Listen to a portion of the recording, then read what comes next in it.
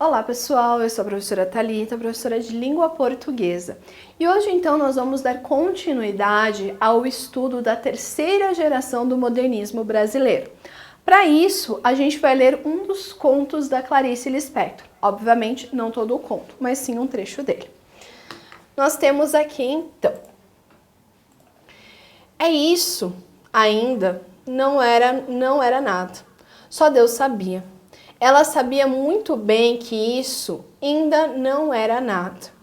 Que nesse momento lhe estavam a acontecer coisas que só mais tarde iriam a doer mesmo e a valer.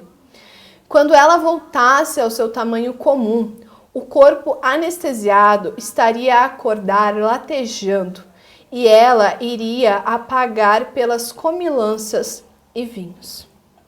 Então, já que isso terminaria mesmo por acontecer, tanto se me faz abrir agora mesmo os olhos, o que faz, e tudo ficou menor e mais nítido, embora sem nenhuma dor. Tudo, no fundo, estava igual, só que menor e familiar. Estava sentada, bem tesa na cama, o estômago tão cheio, absorta, resignada, com a delicadeza de quem espera sentado que outro acorde.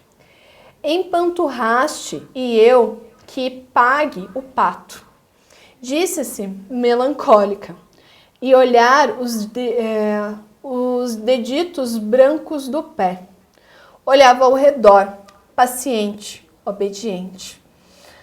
Ai, palavras, palavras, objetos do quarto alinhados em ordem de palavras a formarem aquelas frases turvas e maçantes que quem souber ler, lerá.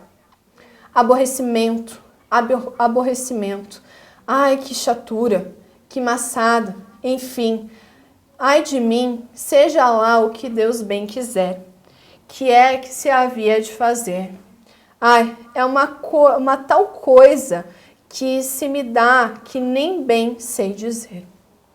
Enfim, seja bem o que Deus quiser, e dizer que se divertira tanto esta noite, e dizer que fora tão bom, e a gosto seu restaurante, ela sentada à fina mesa, gritou-lhe o mundo. Mas ela nem sequer a responder-lhe. A alçar os ombros com um muxoxo amuado, importunada, que não me venhas a amassar com carinhos. Desiludida, resignada, empanturrada, casada, contente, a vaga náusea. Foi nesse instante que ficou surda, faltou-lhe um sentido. Enviou à orelha uma tapona de mão espalmada, o que só fez entornar mais o caldo, pois encheu-se-lhe o ouvido de um rumor de elevador, e a vida de repente sonora aumentada nos menores movimentos.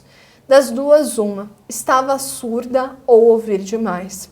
Reagiu a essa nova solicitação como uma sensação maliciosa e incômoda, com um suspiro de saciedade conformada. Por os raios que os partam, disse suave, aniquilada. Gente, aqui nós temos um trecho, de um dos contos da Clarice Lispector, chamado Devaneio e Embriaguez de uma Rapariga, que faz parte, gente, do livro de contos dela, chamado Laços de Família. A gente pode perceber que a todo esse trecho, a nossa personagem ela está fazendo uma reflexão. É aquela história de estar conversando com você mesmo, estar na sua própria cabeça, fazendo uma reflexão. Então a gente vê aqui essa personagem muito voltada para isso. Então nós temos, gente, o que nós chamamos de epifania. Então, gente, esse conto ele integra a obra Laços de Família de 1960, que apresenta um total de 13 contos. As histórias invadem o interior da vida doméstica e urbana para escancarar ao leitor a natureza íntima e as sutilezas complexas do indivíduo. O discurso é tão potente que quase escapa da literatura para se transformar num ensaio filosófico. Então, gente, nós percebemos que as histórias elas vão para um universo mais íntimo das pessoas, que seria, por exemplo, na casa. Então, nós percebemos, gente, que há uma discussão aqui tão profunda sobre essa parte interna, íntima do ser humano, que o texto acaba quase se tornando um ensaio filosófico. As coisas que parecem ser mais óbvias e corriqueiras são reformuladas e se revelam profundas conexões entre a vida e o indivíduo. Nesse conto que abre o livro em questão, há a narração do cotidiano de uma rapariga, uma senhora portuguesa, casada e com filhos. Durante um dia, ela se olha no espelho e inicia uma série de devaneios que a toma de forma intensa e interrompe a sua rotina. Gente, então assim, são pensamentos que todo mundo, de alguma forma, já teve na sua vida. Então, gente, mostra-se isso, que é óbvio, mas ao mesmo tempo, a gente tem que transformar essas coisas óbvias e que são comuns em algo que foi reformulado, justamente porque revelam a profundeza das nossas conexões. Então, nesse conto em questão, a gente tem a história de uma senhora portuguesa que é casada e tem filhos. Só que durante um dia, ela para na frente do espelho, olha para si mesma e fica refletindo. Todo mundo em algum momento da vida já fez uma reflexão desse jeito.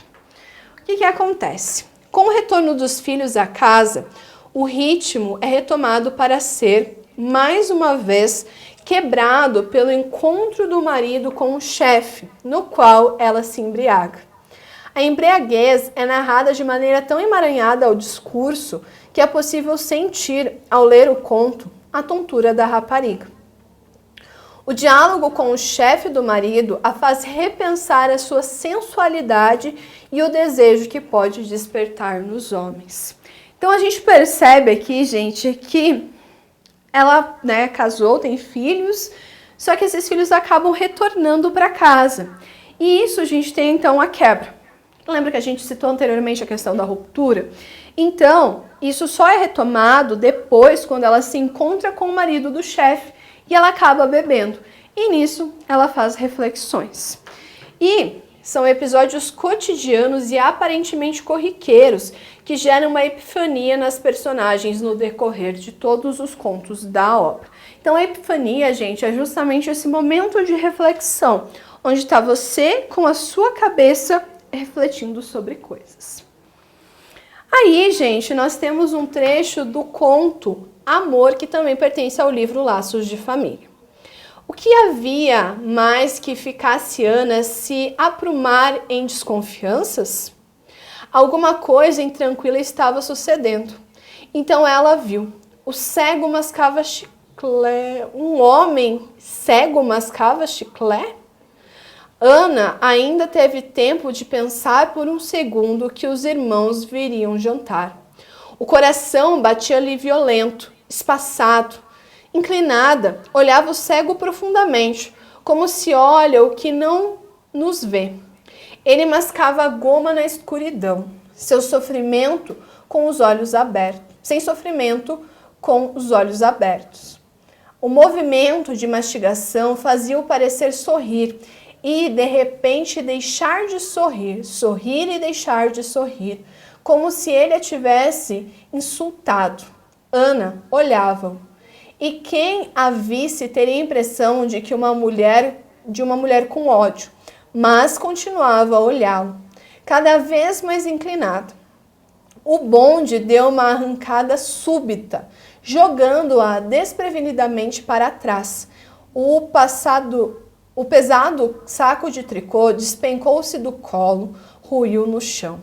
Ana deu um grito. O condutor deu ordem de parada antes de saber do que se tratava. O bonde estacou, os passageiros olharam assustados. Depois, quando todos foram embora e as crianças já estavam deitadas, ela era uma mulher bruta que olhava pela janela. A cidade estava adormecida e quente. O que o cego desencadearia caberia nos seus dias? Quantos anos levaria até envelhecer de novo? Qualquer movimento seu e pisaria numa das crianças. Mas, com uma maldade de amante, parecia aceitar que da flor saísse o mosquito, que as vitórias régias boiassem no escuro do lago. O cego pendia entre os frutos do jardim botânico. A personagem Ana, dona de casa de classe média, é profundamente tocada pelo episódio do cego no bonde. E isso reflete no seu cotidiano, quando ela se reentrega à rotina. Ana já não é mais a mesma, algo mudou. Ela reavalia sua vida em função do que experimentou naquele momento. Então a gente percebe, gente, que aqui a gente está na cabeça da Ana. E ela está fazendo toda uma reflexão a respeito daquele cego, a escuridão. E toda essa reflexão, esse momento de reflexão gerado pela imagem do cego mascando chicletes, vai mudar, então, toda a realidade da Ana.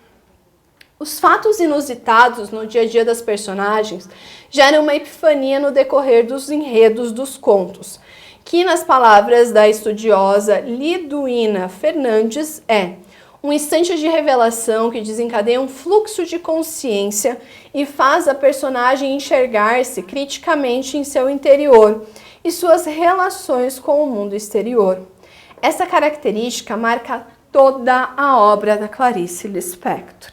Então, gente, nas obras da Clarice sempre tem um fato que faz as coisas se desenvolverem de uma outra forma. Então, a gente tem algo que vai alterar, tirar esse personagem daquela mansidão, daquela continuidade. Em toda a sua obra, há uma revalorização da linguagem, uma busca constante por uma ressignificação das palavras e do ato de narrar. Apresenta ainda como principal tema o questionamento do ser, da condição humana e do estar no mundo. Há uma pesquisa do ser humano latente em sua narrativa. Então a gente percebe que a Clarice, ela traz essa epifania, esse fluxo de consciência como uma forma de fazer toda uma reflexão, de mostrar o íntimo dessa personagem. Bom, gente, espero ter ajudado vocês em mais uma aula de língua portuguesa. Até a próxima!